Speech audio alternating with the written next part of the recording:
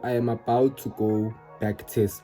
And like I am back testing already. It's just that I forgot to take a video of myself going to back test. So I'm going to do that now and then I'm back testing. So before that, let me tell you guys where I am in my journey before like any confusions and why I'm back testing and not trading, right? So last year I was trading a pattern strategy, you know, those chart pattern strategies, and I traded it without back testing it. And fortunately or unfortunately, I don't know, you can choose, the market conditions were really in my favor back then, you know. And then when I tried to backtest the strategy I was trading, guys, the results, or at least my results backtesting, was really trash. So this year again I decided to learn a new strategy, which is photon. But then I moved from photon for the reasons that I discussed in another video, which I'll just put it right here.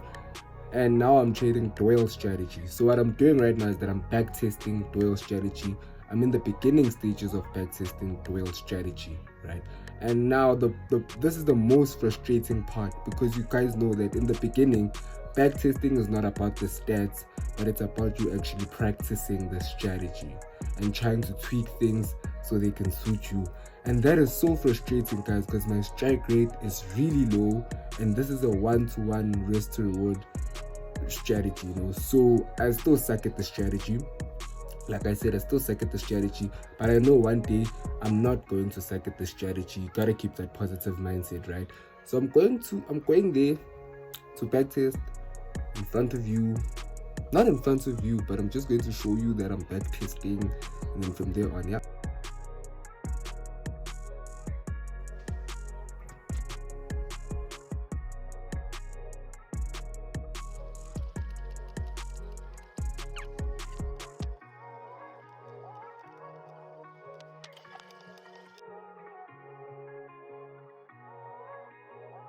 So I actually backtested for an hour. It would have been longer, but the reason it is not is because I have another course that I have to actually watch. Guys, there's this place called Google Digital Garage. They just search Google Digital Garage. There's a lot of free courses on a lot of stuff there. I just found out about it recently. I didn't know. Search Google Digital Garage. So I'm watching like a social media course because I'm also trying to grow my YouTube, you know, because this is a business too, guys. You know, I'm giving value, right, in turn for your subscription, and potentially add revenue in the later. I'm not gonna lie to you guys, I'm also trying to make money on YouTube. Like, I'm not going to lie, you know. So yeah, time to go to the gym. We're hitting those legs today.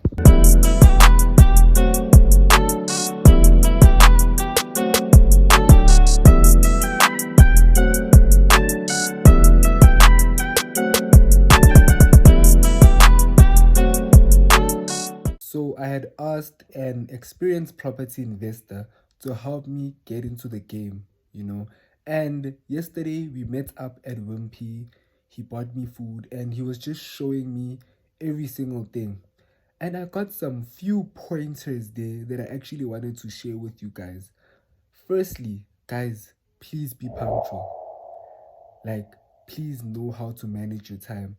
You know, I made it a habit. Like, being late for me was a habit, you know, and it wasn't really a problem up until I saw it yesterday. Every single day I would come late at church because of this, or even in class, I'd come late to class, or my transport would be waiting outside. The time I was still in high school, my transport would be waiting outside and I'd always be late. And sometimes my excuse of being late is because when I arrive early, nobody's there. So I'd rather arrive late so at least I don't have to wait for anyone. In the business world, that is really gonna mess you up. You know, guys, you need to be punctual. I came there 10 minutes late.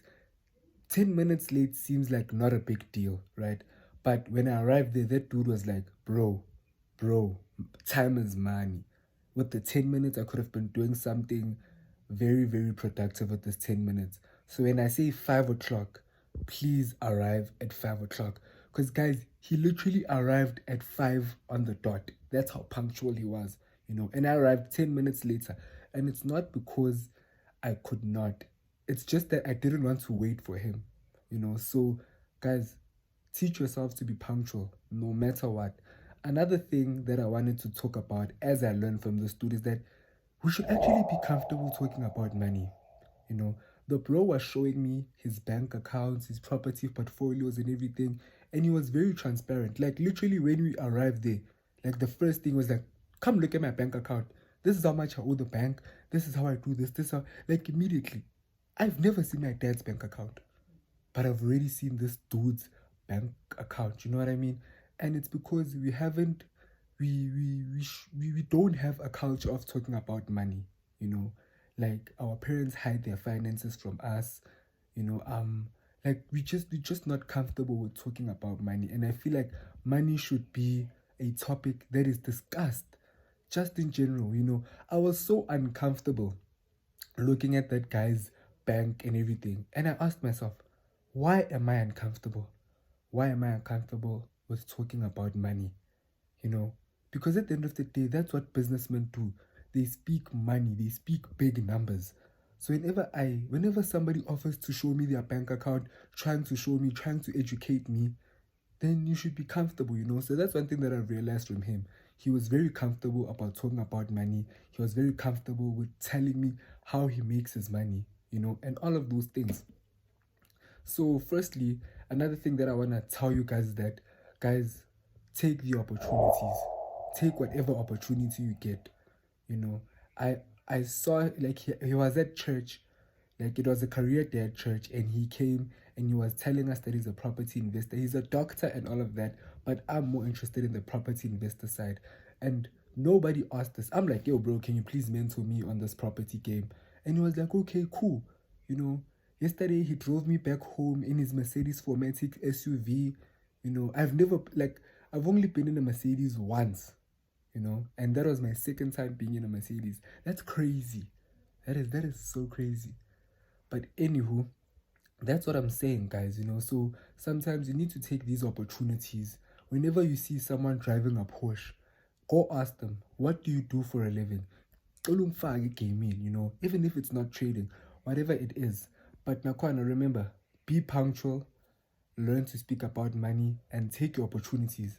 Those are just the 3 words I actually wanted to tell you guys. Those are the things that I've learned from yesterday. I learned way more about property than I know. And like in real life, guys, when a person just shows you their property portfolio, shows you their JSE shares and everything, like you just see it live. Okay, this person is actually investing live. This is how much he puts in. Like that is very cool. It is very cool. So yeah, man, he's going to help me out a lot. He's going to help me out a lot. He gave me a few tips of how to actually invest in property and how he does it. And I've learned a new term called discounted cash flow. I'm not going to tell you what it means. You go research what it means. Go research what discounted cash flow means. I know what it means now. And it's something that you wouldn't think of unless you have somebody to teach you or unless you read a book or whatever. But that's the thing. Always be open to learning. And I know that I'm speaking way too much, but I hope I'm spitting facts. I hope you guys get value from whatever I'm saying. Because, guys, what I learned it was just an amazing experience. Just speak to someone, who has a lot of money and who is doing what I want to do, and just speak to them live. And he just tells you, no, this is how I handle my money and everything. He's a businessman. He doesn't wear a lot of flashy things. And another thing, guys, I read this from the book called It's More Than Just Money. Ne? Whenever you're going to meet up with business people, right? Since you are business people as Forex traders, guys, dress simple. Don't try to impress them. Like Witness Mtaga did say that when you try to impress all of these people, they'll think that you're in it for the lifestyle more than for the work. But when you come dressed like you're coming to actually work. Just coming in jeans and a shirt, like just be simple. Show them that you're more interested in business than the lifestyle. That's another thing. So I took that tip from Witness Mtaga book. Shout out to Witness Mtaga. I know he's probably not gonna watch this, but if he does, if you know Witness Mtaga and you're watching this, please direct it to witness Mdara and just tell him, hey bro, this part in your book really helped me because I didn't go there flashy and everything. And that's it. That's it for me. If you've made it this far, please comment, I've made it this far. It really, really matters who made it this far, And I just want to know you. I just want to know you. And engage yourselves down there in the comments. Tell me what you think about everything that I've just said before. And yeah, like, let's just build a community, guys. I'm trying to grow my YouTube here so I can reach more people and share more value. If you feel like you're getting value, guys, there's no reason for you not to like and subscribe so other people can get value.